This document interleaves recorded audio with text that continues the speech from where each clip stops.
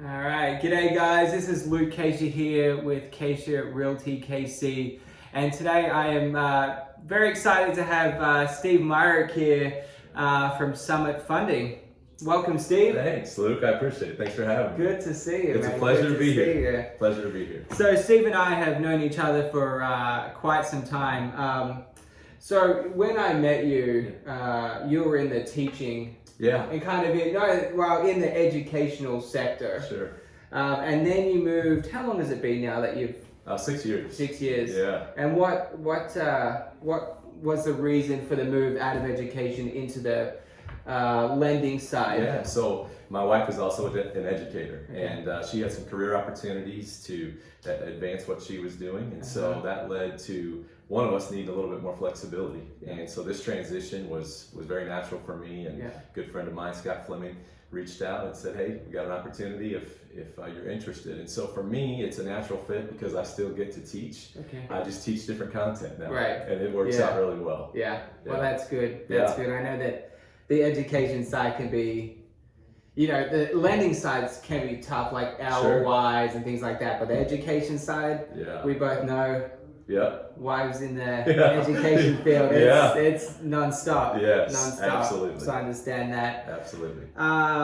So good. So you were, I guess, under Prime Lending. So now Prime is Summit Funding. Is that correct? Or what's the affiliation? There actually is not an affiliation between the two. So we had an opportunity to transition recently. We started just made a change over to Summit, which is a new company for our team. Yeah. And it's been a great move for us. Our whole team made the transition. Scott Fleming is our team leader, and so he kind of got some feedback from everybody and decided that this was a move that for our team really allows us to continue to pursue business the way that we aspire to do it, and just taking care of people, and so it's been a great opportunity for us to have made the change. Oh, good. Yeah, good. I'm glad because I've seen just consistency working with you. You work with my clients. Clients have been ultra appreciative of. Yeah, very cool. I mean, I always tell people like they try and go through a bank for lending, right? To borrow for a purchase. Yeah. And they just don't get this. They don't get the ability to text you at all hours of the, which I've done. I've been notorious with that with you, like 11 p.m. at night. Hey, we closing the wire, or whatever. Hey, time is of the essence of these things. We get that. So I appreciate that. That's been really helpful for everyone involved. And I would be remiss if I didn't mention that we're surrounded by great people. You mentioned the feel of the team, and it really is a team feel for us. Our processors and our transaction coordinator, our setup, all of those groups came with us. So our whole team really has bought into the culture and just the service piece of lending on a home. I mean, it can feel like overwhelming at times, I think, for people. And so our aim is to try to provide information and really support and communicate throughout the process to bring that down a little bit for folks. And so it feels fun, and enjoyable, which it is. It's exciting. Yeah. It's an exciting time, and we want to make sure that people feel that.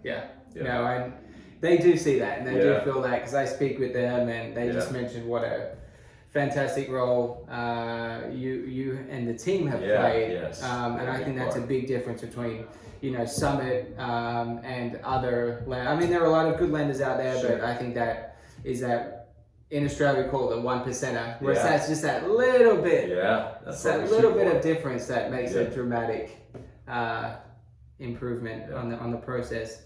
So a question that I and maybe listeners may be wanting to know, or your thoughts, the market right now. It was ultra high. Now we've got some interest rate increases. Inflation's up. We've got so many variations right now. And what do you kind of see the position of the market moving forward short term?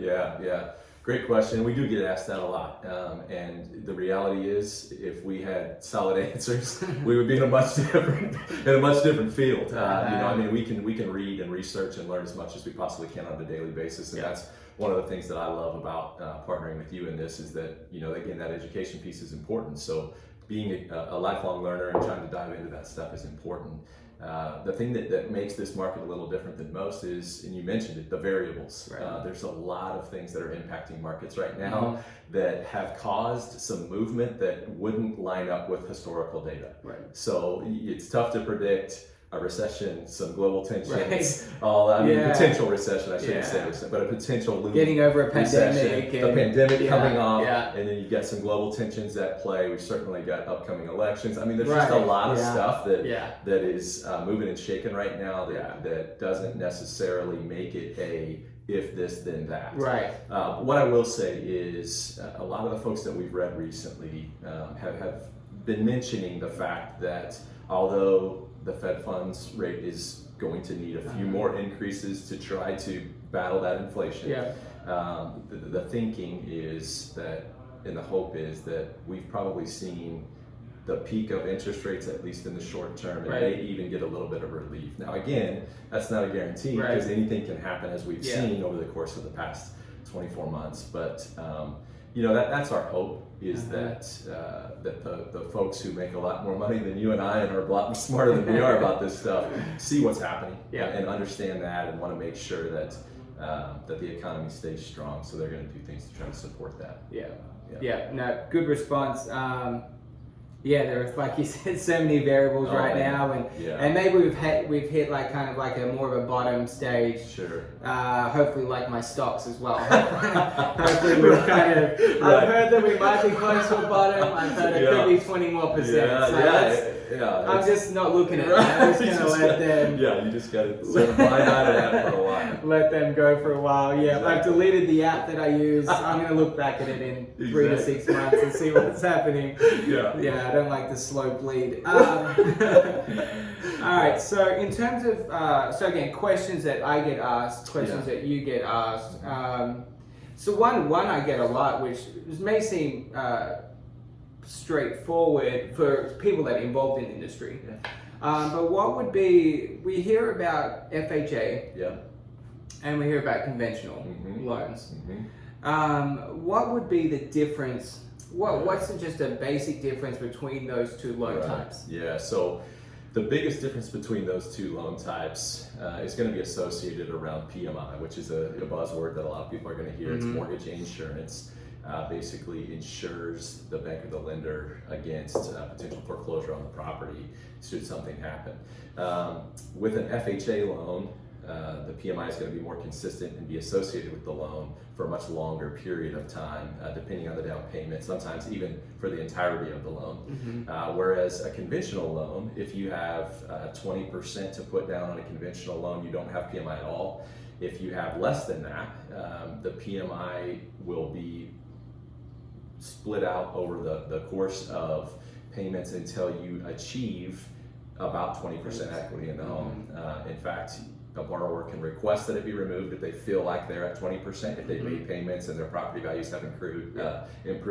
And then certainly based on the initial calculations, once you get to about that 78% mark in equity, it falls off. It falls off. Yeah. Okay.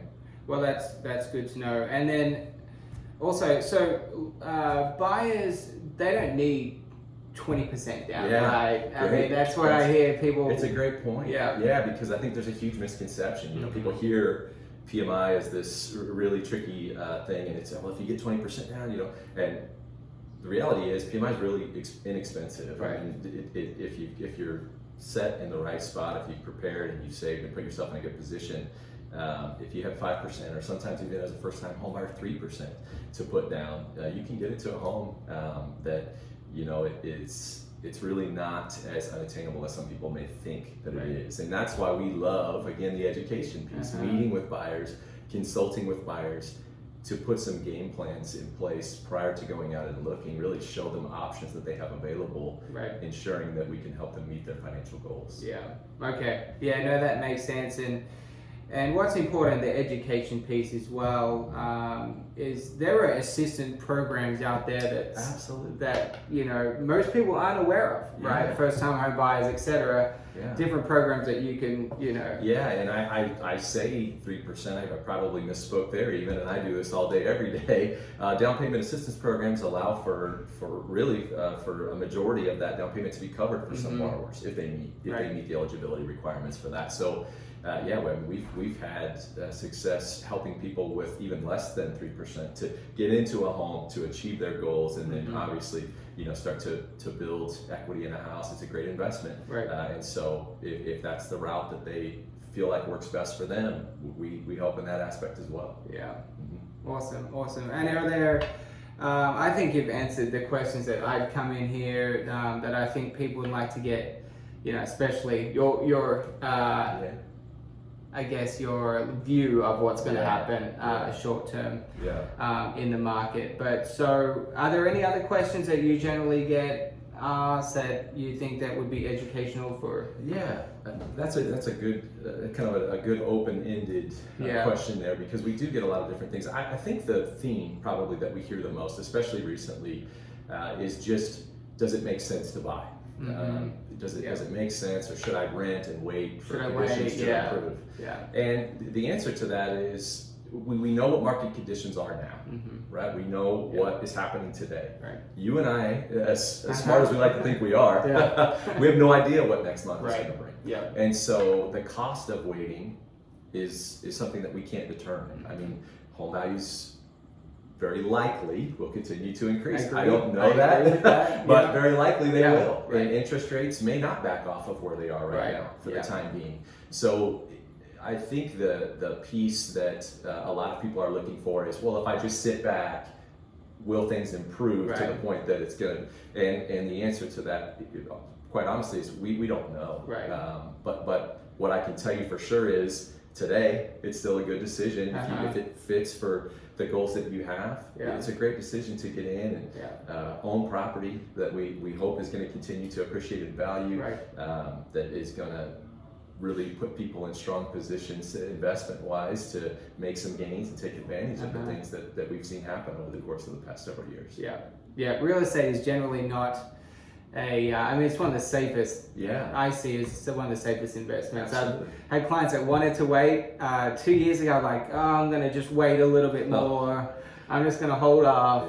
And now they're like, that home that we could afford it at $400,000 now with interest rates up and prices. Now we're looking at more like $350,000, and they're not really. So waiting's, if you're looking, I always say, if you're looking at a long-term play, real estate's great. If you're looking for 1 to 2 years, that could be a coin flip of what happens. But long term, 5-10 years, I think you watch the graph over historically what house prices do. And it's there are some dips, but in every market, it's higher than what it was 10 years prior to that generally. So.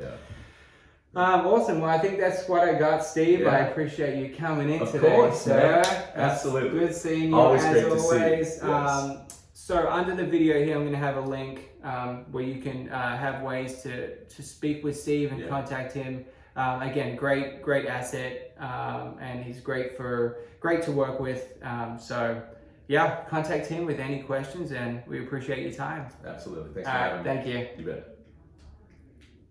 There we go. It'll play for a minute, but then I'll erase that last bit. All right. That went well, man. Yeah, man. Good work, brother. That was fun. Easy, right? It's funny when the camera comes on, it's like boom, just go. No. But I think that was